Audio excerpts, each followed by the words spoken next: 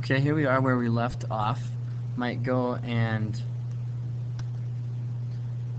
kind of show you a little bit again, a couple different options. So in this particular problem, we set up a couple where we've had a couple choices where you can go and find this circle and turn that, just use that for the base. If I can get the black going there, if I can use that as the base and find a bunch of really thin cylinders this way. So you've got the little bit of width to that. As that width gets infinitely small, and add all of those up all the way down and do another little one here next to it. Again, got a little itty bitty width. As that gets infinitely small, and add all those volumes up all the way to the end, that'll get us the total. What we just did for this problem here, though, something similar. So you've got, again, you can add all these cylinders with an infinite, as the height gets infinitely small, or you can do all of these cylinders as they kind of get bigger as the radius gets bigger. So I'm going to, draw a couple more in here where I got that little one all the way in the center. If you can see it still in there, it's a really small little volume of cylinder, but I just want that to be, very, very thin where it's not actually filled in. I'm actually looking for just, okay, so as that width gets infinitely small, you're just looking at basically the surface area then times whatever that width is, and then as that gets bigger, but still in the middle here, that you've got that little thickness, just not the whole thing. And then as we get wider yet, that's what we've got in red there, the one that we used here. So we've got a little bit wider, and we add all of those up as we get a little bit bigger, a little bit wider, but not the whole volume of that thing, just, oh, getting a little messy, but okay, so maybe it gets a little bit wider. So we're looking at in terms of the radius there, and that's where that red line came in and said, I really want to know the height of that, but I also want to know how long that was going to be. And that's kind of what we're looking at, a couple different options. So whether you have start and do it as this width gets infinitely small, so that would be in terms of x, or whether you have as, if I can get it closer, get you a better picture here, as we change this width right in there, and as that gets infinitely small, and add a bunch of those up. Just a little bit different way to do it. This is what they're referring to when they call shells. So kind of like the outside or the surface area of the outside, the lateral surface area for that that cylinder, or this kind of like a disc here, a slice of it where dx changes, or in this, since it's up and down, is dy, and you would have it in terms of y, just depending on which way. You can flip that up, it'd be dx. But all right, probably enough, just kind of get us going again, and that's what we were looking at. That's the last example we did. Let's look at, just have two more examples, so we'll kind of finish that up here in this last little bit, or in enough time probably just to do this in just this last video. Alright, start by graphing. The region bounded by the curves y equals 4 minus x squared. The bigger the graph, the nice neater graph you make, probably the easier it is to visualize and draw what it is that we're looking for and how we can get that volume. So I've got parabola opening down because of the negative. Looks like it starts up 4. Alright, general shape, you move over 1 and 1. So at 1 you should be there. I'm going to go 1, 2, 3. It's going to cross at 0. That's kind of nice. We've got both sides to that. Maybe that's enough. If I need more points, I can get more points. Okay. So I've got that picture of my first graph, y equals x. So just the line starts at 0, go up 1, right 1, up 1, right 1, up 1, right 1, or go the other direction, down 1. Whoops, that's a pretty ugly point. Just need to erase that. Probably not where I wanted that point to go. Down 1, right 1. and get that particular line. And if I go back and read through this whole thing, it's saying the region bounded by those two curves and x equals 0, which is the line going straight up the y-axis. And I've get the area that I'm shading in here with some lines revolved around the y-axis. Now that's important because that's where our thickness changes depending on where we're rotating it.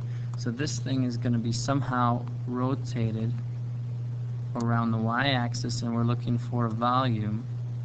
Something like this. Looks like we'd get one option, a bunch of circles going down if we wanted to do that. It'd be nice to do it in terms of y if we did it that way. If you want to do it in terms of x, well then we'd be looking, let me erase some of the red, and maybe before I do that I'll point this out. If you did these circles here that I have, well then your thickness would be dx, because you'd have these little circles where the thickness was getting infinitely small. I'm sorry, dy, where your thickness was up and down. That would have to be in terms of dy. Well, then I'd have to solve these equations for y, which may not be the hardest thing to do. We could do that. If we want to leave them in terms of x, here's kind of our other option. I'm erasing more than I want to there, but I can quickly get that back. Our other option then here is to have our thicknesses changed this way, where I'm going to have these cylinders go here, and that's going to be the outer shell of that cylinder, and that thickness of that shell is going to change and get infinitely small. And then I'll have another one at that shell, and really that wouldn't even go all the way to the bottom anymore then. That would just go down about to there, and we'll just keep adding these shells, but that thickness, and keep hitting the wrong, touching the wrong thing here. So again, that thickness right there is getting infinitely small. Well, that's in terms of dx, where I did it again. Unlucky. Where as that rotates around, dx is what we're looking at for our integral. That's the part that's getting infinitely small. And then we can leave this in terms of x and just keep adding. Okay, so I want a bigger shell, kind of wrap around there, and adding up all of those shells as they get bigger and bigger, which means I need an equation for, again, the surface area of that. We're going to have the integral of the surface area of all of those. We want to add all those surface areas up, and really timesing the dx gives us the volume of all those shells. I'm going to do this in terms of x. So in terms of x, I need to know from 0 to this point of intersection here, which go on your calculator and calculate that. I've already plugged that in just to save us some time. You guys can go and second calculate the point of intersection and find that. Really, we just want our x value though, and I'll write that in. It's 1.562. If you have questions on that, please ask when you get back to class tomorrow, and I can show you how to do that again, because that's something you need to be able to do. I need to know what I'm going to. So from 0 to, well, kind of right up where that interval is going to stop. It's going to be right there. Not quite 2, but at 1.562. Well, we said the surface area of those cylinders is not the area of the base times the height. That'd give us volume, but the perimeter of the base, or circumference, 2 pi r, pi times diameter, times the height. So we want to know what's the radius and what's the height, so I can plug that in for the surface area of my cylinder. 2 times pi. Well, what's the radius here? All right, do I have too much going on there? If I was going to focus in and say, okay, here's my medium size, one of my shells, not the most beautiful picture I've ever drawn, but okay, there's one of my shells. What's the radius? Well, that's really kind of your, looks like your x value going across your x-axis. So maybe I could do that and have that just be x then. But then I need my height, which is up and down. So at that value of x, what is that height there? How do I figure out how far it is between those two graphs? Well, my height is really my y value. I want to subtract that y, or the output for those, which would be the 4 minus x squared and the x. So making sure I know which one's on the top, which is the 4 minus x squared. My height, maybe I'll even write that down. So the radius over here, we're saying, is just x for this, or x. And then your height is going to be the difference in those two graphs, because notice it doesn't go all the way from the top all the way down. It kind of stops short there. So it'd be that top graph, 4 minus x squared, and then you're going to subtract the lower one, which is going to be x. And I could put that parentheses if I need to, but since we're only subtracting the one, it's not really that important. So that's my height times 4 minus x squared minus x. And that's probably the trickiest part, is figuring out, what is your height here in terms of x, kind of worked out nice, and what's your radius in terms of x, so that you can just get that surface area in there and then set up your integral. So from 0 to 1.562, and then we're rotating that around the the y-axis, and the changes in dx is in x, so that's dx. And then I've got hopefully left enough room here. Maybe I'll even put the 2 pi out front. X times 4 minus x squared minus x. If you want to distribute that x, you could integrate that using the power rule without having to do anything too fancy. But again, trying to save us some time, I've already gone ahead and calculated that for us, and get approximately 13.327. Something else that might help is, if you get stuck on the hardest part here, make just the rectangle there out of that. So you know that's going to represent a cylinder, but come in here and just make a rectangle here and say, okay, if this is x, what's the difference in there? And maybe that would help you figure out that to get from here to here, your height, you're looking at the difference of those two graphs, but maybe not. And if you want to try to integrate this by hand, out by hand without using a calculator, go ahead and distribute the x. Use your power rule, plug in the 1.562, and see how close you get. But otherwise, let's move on, and we got one example left. Not that we're covering everything that's going to come up in your homework, but kind of getting some concepts down so you can apply some of them and figure out how to get something similar further if they ask you to take it a little bit further. Okay, again, nice neat picture helps kind of visualize what we're doing.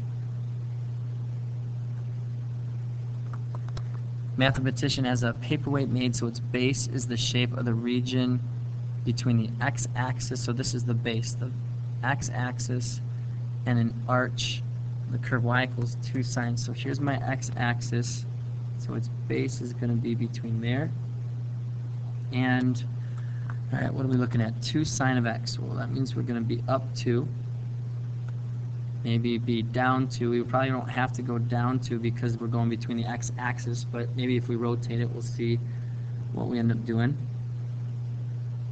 Alright, so I've got maybe going then, nice spread out, we'll go from pi over 4, pi over 2, eventually if we need to all the way to pi, but I think that'll enclose us.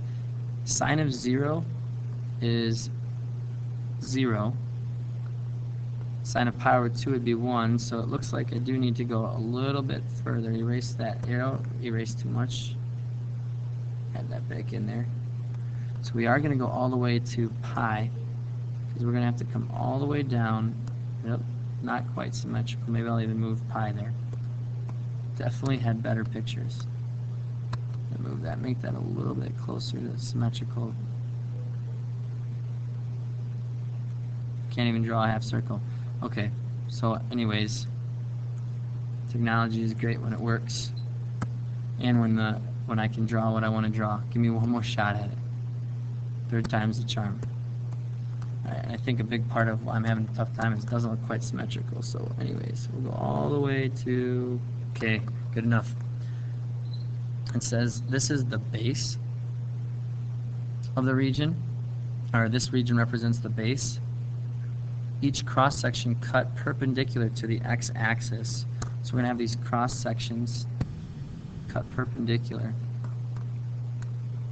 to the x-axis, and it says that forms a semicircle whose diameters runs from the x-axis to the curve. So these cross sections form a semicircle, and to do that we're going to draw, okay, just to make sure, each cross section cut perpendicular to the x-axis. So you can see if this was going straight up, I think is kind of the idea, or straight out, they kind of specify and say the XY plane. So really we're talking about not the ones going straight up perpendicular, but coming out perpendicular to the XY plane. So almost like, remember when you've done like a Z-axis, a three-dimensional, it's coming out towards us.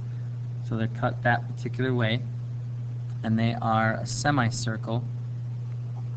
And so what we're doing, I think, is we're going, as we get a little bit bigger here, this is going to be a really small one, and then as we get a little bit bigger, we'll have another one, and we'll add up. Okay, so we go a little bit further, we get a little bit bigger. We're going to add up all of these semicircles and get our figure. The cross section is a semicircle's diameter, so that again a diameter runs from the x-axis to the curve. Diameter runs from the x-axis to the curve,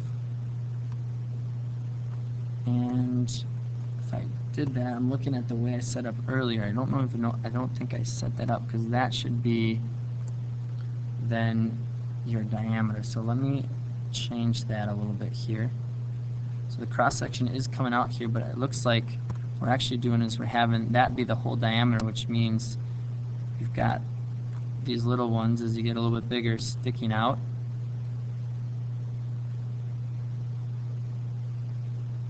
And we're going to have all of those added up. Okay, so a little bit different picture, but still same idea, because that makes more sense that that's the base then. It says find the volume of the paperweight.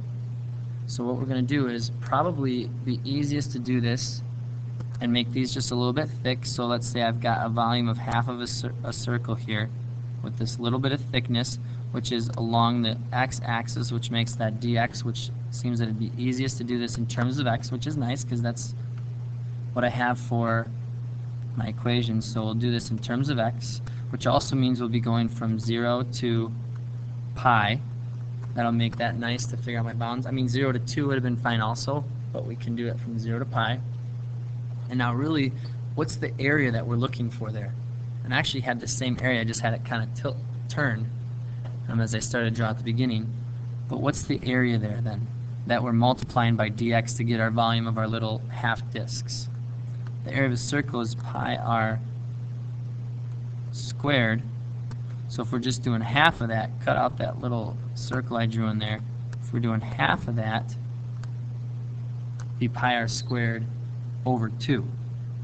And so that's all we really need, except I don't want it in terms of r, I want it in terms of x. So what does r equal in terms of x? Well, I could tell you the diameter is the height of my arc here, which is 2 sine of x. Well, what's the radius then? Half of that, which is just 1 sine of x. So if I did that, I would end up with pi over 2, or pi times sine of x squared over 2. And probably to clean that up a little bit, if you were going to do this without using your calculator, which I probably will because this looks like it only takes just a moment, I would do sine squared of x, maybe take out the pi over 2 and multiply that when we're done. And with that sine squared, actually probably won't integrate that then by hand. What we'll end up doing is just plugging that into our calculator and then multiplying by pi over 2. So if I do that real quick, for y equals, I plug in sine of x. put that in parentheses, so sine of x in parentheses squared, and then I'm going to second calculate. And you can actually do that a couple different ways. If you have that in y equals, you can go to second calculate, and it'll ask, if you go to 7, it'll ask for your lower limit, which is 0, upper limit, which I'm putting in pi, and I'm getting this area 1.57079 or 0. I'll just stop at 8. And should get that the same way as if you entered it in here. Just be careful if you're doing sine squared of x. When you plug this in and you go to math, and then go to number 9, f integer. So if you're doing this function integer that particular way, you'd end up plugging it in probably sine of x squared, so you get that whole thing squared from, or with x as your variable for dx, from 0 to pi. And really, if you wanted to put the pi over 2 in there, you could, but just make sure you times that by pi over 2 and you're done if you set it up that particular way. I'll quit out of there and just multiply real quick. 1.5079, might as well use those, times pi divided by 2, and get approximately 2.37. Now this is volume, so we're looking at units cubed. Did they give me, check? Did they give you centimeters? What do we have? Linear units in inches. So this is cubic inches.